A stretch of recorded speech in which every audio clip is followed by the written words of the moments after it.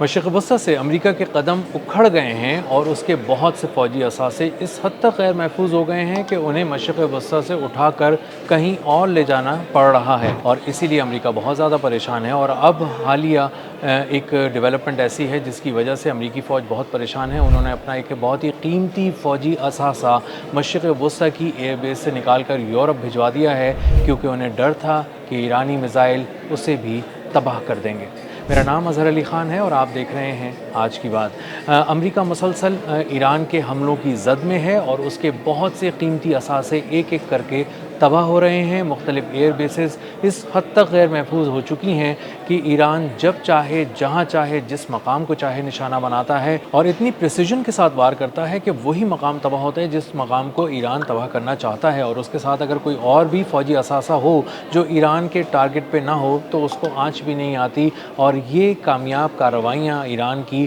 امریکہ کو حیران کر رہی ہیں، اور انہوں نے ابھی اپنا ایک بہت ہی قیمتی فوجی اثاثہ جو ان کی آنکھ تھی، فضا میں اڑتی ہوئی، جو ہزاروں فٹ بلندی پہ پرواز کرتی تھی اور پورے سمندروں کو دیکھتی تھی اور سمندروں کے اندر بھی جھانک کر دیکھتی تھی کہ کہیں کوئی آبدوز تو نہیں ہے، وہ اثاثہ انہیں وہاں سے لے جانا پڑ گیا ہے اور یورپ میں اٹلی جو ہے وہاں پر منتقل کر دیا گیا ہے۔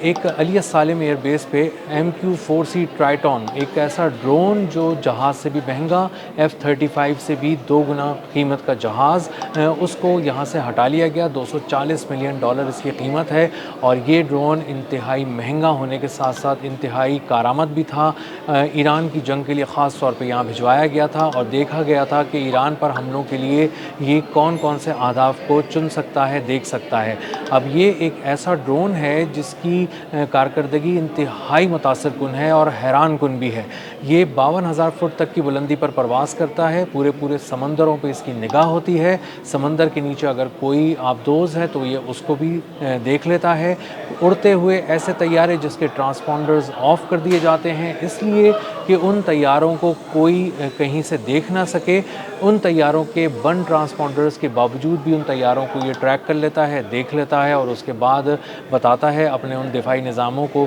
کہ کس طرح ان طیاروں کو نشانہ بنانا ہے۔ اس لیے اس کے سامنے جو کوئی بھی آتا ہے ملٹری اثاثہ وہ غیر محفوظ ہو جاتا ہے، اور اسی لیے اس کی ایک بہت ہی دہشت تھی۔ لیکن یہ دہشت ایران کے سامنے ٹک نہیں سکی ہے، کیونکہ ایران نے پہلے بھی بہت ہی کامیابی سے ایک MQ-4C ٹرائٹون، جو امریکہ کی تاریخ میں پہلی بار $240 ملین کا ڈرون ایران نے ہیک کر کے اس کو اپنے پاس بلا لیا یا تباہ کر دیا، اس کے بارے میں کسی کو کچھ نہیں معلوم۔ وہ آبنائے ہرمز پہ 52,000 فٹ کی بلندی پہ پرواز کر رہا تھا، اچانک 9,000 فٹ کی بلندی تک نیچے آیا اور ایک ایمرجنسی سگنل اس نے 7700 دیا، جس کا مطلب یہ ہے، کمانڈ اینڈ کنٹرول سینٹر کو بتانے کا مقصد یہ ہے اس سگنل کا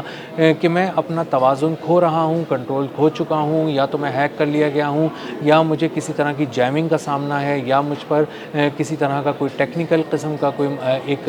معاملہ اس میں آ چکا ہے جس کی وجہ سے میں اپنا توازن برقرار نہیں رکھ پا رہا ہوں، اور جلد میرا کمانڈ اینڈ کنٹرول سینٹر سے رابطہ منقطع ہو جائے گا، جو ہو بھی گیا۔ اور MQ-4C ٹرائٹون 9,000 فٹ کی بلندی تک نیچے آیا، اس کے بعد نارتھ ایسٹ کی طرف، ایران کی طرف اس نے رخ کیا، وہ مڑا اور اس کے بعد غائب ہو گیا۔ اور اب ایران کے خوف سے ایک اور MQ-4C ٹرائٹون جو اس وقت کھڑا تھا اور ایک مشرق وسطی کی ایئر بیس پہ اس کو چھپا کر رکھا گیا تھا اور ایک اہم فوجی مشن کے لیے اس کو استعمال کیا جانا تھا، لیکن اس کے بعد امریکی حکام کو یہ بہت اچھی طرح بات سمجھ میں آ گئی ہے کہ ایران اس کو بھی نشانہ بنا کر کہیں تباہ نہ کر دے، اور ایرانی حملوں میں کویت اور بحرین کی ایئر بیسز میں کچھ ایسی جگہوں کو بھی تباہ کیا گیا جہاں طیارے کھڑے ہوئے تھے، اور قیمتی طیارے تباہ ہونے کی اطلاع سامنے آ رہی ہیں، اور بہت سارے بیلسٹک میزائل اور ڈرون وہاں پینیٹریٹ کر گئے جس کا امریکی حکام کو اندازہ نہیں تھا۔ گو کہ امریکی حکام نے MQ-4C ٹرائٹون اور دیگر جو ان کے فضائی اثاثے تھے، جدید لڑاکا طیارے تھے،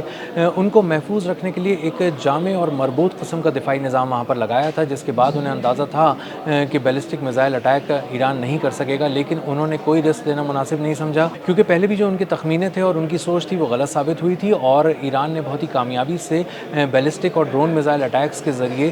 اپنے تمام جو بارود ہے اس کو پینیٹریٹ کرا دیا ان امریکی ایئر بیسز پہ، اور بہت سی قیمتی جو ان کا فوجی ساز و سامان تھا وہ تباہ ہو گیا۔ اب جب یہ MQ-4C ٹرائٹون یہاں سے چلا گیا ہے، یہ کوئی پہلا ایسا فضائی اثاثہ نہیں ہے جو امریکہ نے یہاں سے موو کر دیا۔ اس سے پہلے